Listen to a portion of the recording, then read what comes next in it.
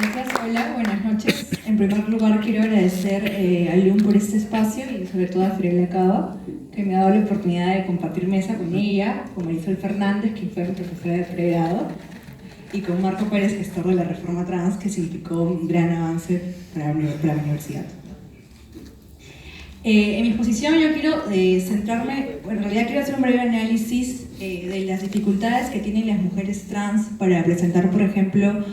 para interponer una denuncia por tentativa de feminicidio en las comisarías a partir del caso Alesia. Antes de empezar con esta reflexión, yo quiero dar un paso atrás y referirme a la violencia ejercida contra las personas LGTB y de ahí rescatar un poco lo que la Comisión Interamericana de Derechos Humanos, a través de la Relatoría sobre los Derechos de las Personas LGTBI, nos propone. Para una mejor comprensión de este tipo de violencia, nos propone reconocer este tipo de violencia como una violencia por prejuicio. Utiliza el concepto por prejuicio porque para que nosotros no nos centremos únicamente en el móvil del odio, sino que podamos reconocer todo el trasfondo social que está detrás. Esto es el contexto el contexto de legitimidad y complicidad social enmarcado por una cultura de discriminación y violencia hacia estas personas. Dentro de este contexto, las personas trans son las que socialmente se encuentran más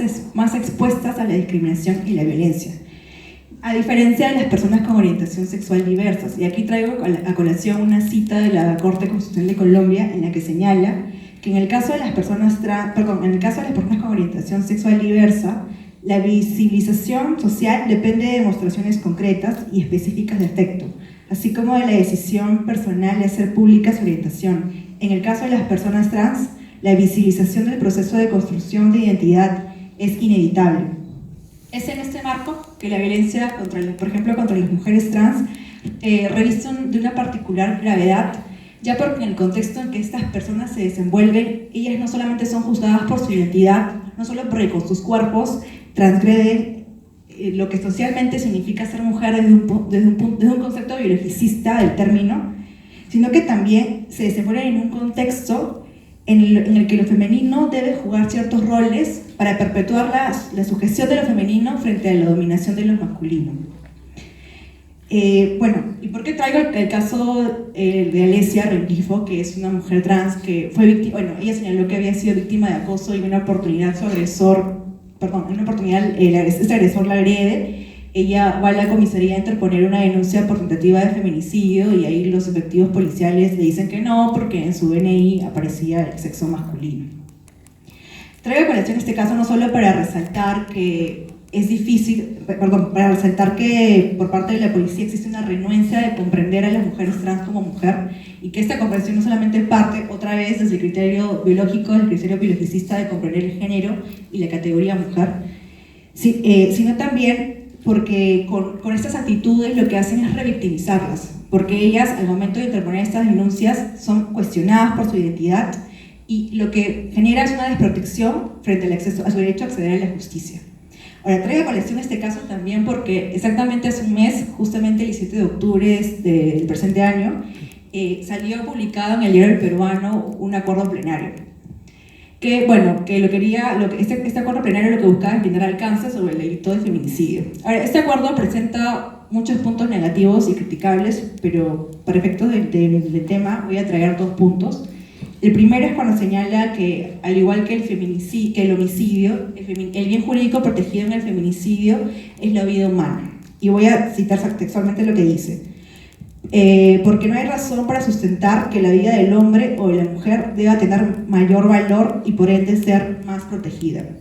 El segundo punto es cuando coge un criterio biológico de por quién se debe entender el sujeto pasivo del delito de feminicidio, al señalar que el término mujer no puede identificarse con la identidad sexual. Ahora, evidentemente, acá nuestros operadores judiciales han equiparado la identidad sexual con la identidad de género, si lo que buscaban era delimitar el delito de feminicidio a una mujer cisgénero. Ambos criterios, desde mi punto de vista, son incorrectos, porque primero obvia que el móvil por el cual el autor que decide acabar o intentar acabar con la existencia de una mujer cisgénero o una mujer trans, ese comportamiento no solo comporta una vulneración al bien jurídico vida, sino también a otros bienes jurídicos como la igualdad y no discriminación contra la mujer. Si consideramos el contexto, como mencioné, de sujeción de lo femenino y dominación de lo masculino, en el que sus muertes transmiten este mensaje de rechazo y de perpetuación de estereotipos que sustentan la discriminación, que sustentan lo que significa ser socialmente mujer y el control que emprenden sobre nuestros cuerpos. En ese sentido, por más que el resultado sea el mismo que el del homicidio, la privación de la libertad de una mujer cisgénero y de una mujer trans cobra connotaciones distintas y significados distintos. Ahora, este acuerdo plenario no solo, como mencioné, desconoce que la violencia contra la mujer trans tiene un mismo punto de origen que la violencia contra las mujeres, que es percibir lo femenino como género vulnerable y subordinable, sino que también desconoce o ignora que lo femenino es una identidad que se construye desde lo social. Ahora, este acuerdo plenario definitivamente desconoce no solamente la jurisprudencia internacional, en específico la jurisprudencia de la Corte Interamericana que ha ido construyendo a partir del caso Atala Rifo, sino que también desconoce la jurisprudencia nacional, ¿no? Tenemos la sentencia del Tribunal Constitucional en el caso Ana Romero Saldarriaga. Justamente en ese caso, el TC se desprende de una doctrina anterior en el que consideraba las identidades trans como patologías y tenía una concepción del sexo que lo consideraba una categoría inmodificable. En esa sentencia, el Tribunal Constitucional reconoce la construcción social del sexo,